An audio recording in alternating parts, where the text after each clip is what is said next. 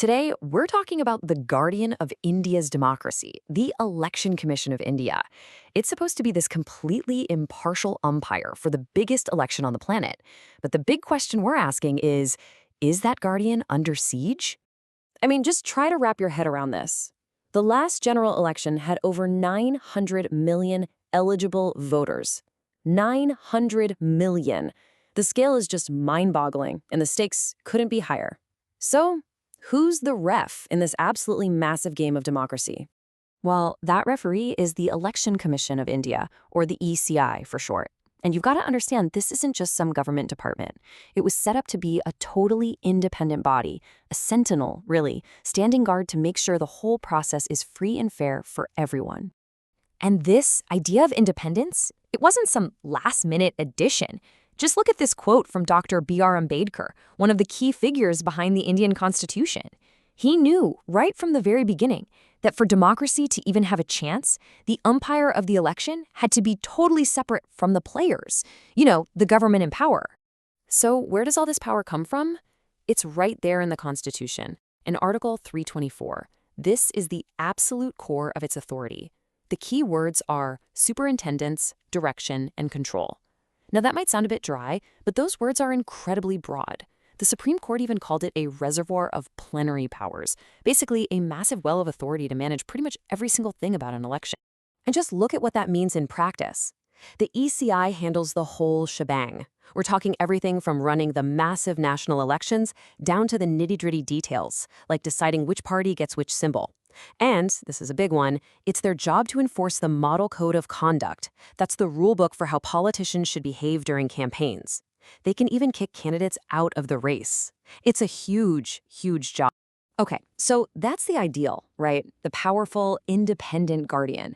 But as we all know, how things are designed on paper and how they work in the real world can be totally different. And despite all these powers, the ECI's armor, well, it's starting to show some serious cracks.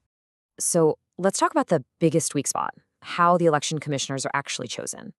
For a long time, up until 2023, the process was completely in the hands of the government. Basically, the prime minister got to pick who they wanted. And that raises a really obvious, really important question. How can you be a neutral referee if one of the teams is the one who hired you? And this isn't just theoretical stuff. These vulnerabilities have very real consequences. Take hate speech during campaigns. The ECI, with all its supposed power, actually admitted to the Supreme Court that it felt toothless, that it couldn't really do enough to stop it. That's a pretty stark admission, right? It shows this huge gap between the power they have on paper and what they can actually enforce on the ground. All right, so with this growing problem of political influence, somebody had to step in. And that somebody was India's Supreme Court. They saw what was happening and, in a really major decision, basically tried to create a judicial shield to protect the ECI's independence. The case that changed things was Anup Baranwal versus the Union of India. The argument was simple but powerful. Letting the government have total control of appointments just wasn't compatible with a healthy democracy. And they weren't asking for a small change here. They wanted a complete rethink of the whole system to wall off the ECI from political pressure. And the Supreme Court's solution? It was actually pretty clever. They proposed a new system, a 3-member committee to make the pick. You'd have the prime minister, sure, but also the leader of the opposition, and, this is the key part, the Chief Justice of India. The idea was to break the government's monopoly and force a more balanced, neutral decision.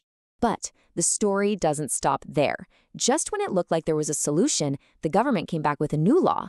And on top of that, a whole new front opened up in this battle, this time involving technology. It turns out the siege was far from over. Now, take a close look at this comparison. The government's new law in 2023 kept the committee idea, but they made one tiny but absolutely critical change. They took out the Chief Justice of India and replaced him with a cabinet minister chosen by the Prime Minister. So what does that do? It puts the balance of power right back in the government's hands with a 2-to-1 majority. It basically undid the very thing the Supreme Court was trying to fix. So, as if dealing with all this institutional back and forth wasn't enough, the ECI is also getting hammered by a whole new set of threats, what you could call 21st century technological weapons. We're not just talking about old school problems anymore. The game has changed. It's about capturing minds online. And these challenges are coming from all sides. You've got the long-standing questions about the reliability of electronic voting machines, the EVMs. But the really scary, fast-moving threat? That's digital misinformation. We're talking AI-generated deepfakes spreading like wildfire, designed to fool voters.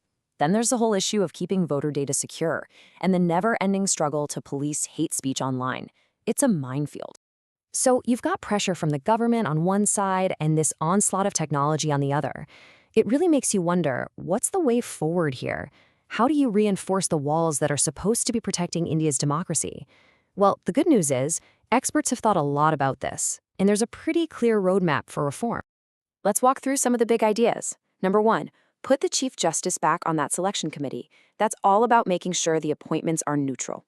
Number two, make the ECI financially independent. The idea is to have its budget come from the Consolidated Fund of India. Think of it like this. It would mean their money's guaranteed and not something the government can approve or deny each year. It gives them freedom. And number three, and this is huge, give the Model Code of Conduct actual legal power, real teeth, so that when the ECI says someone broke the rules, there are serious enforceable consequences. And all of this brings us right back to where we started. The Election Commission of India was created to be this strong, independent guardian. But now, it's caught in a vice, squeezed by political pressure on one side and these wild, new digital threats on the other. Its strength is being tested in a way it never has been before. And honestly, whether it's strong enough to withstand that pressure, that answer will pretty much define the future of the world's largest democracy.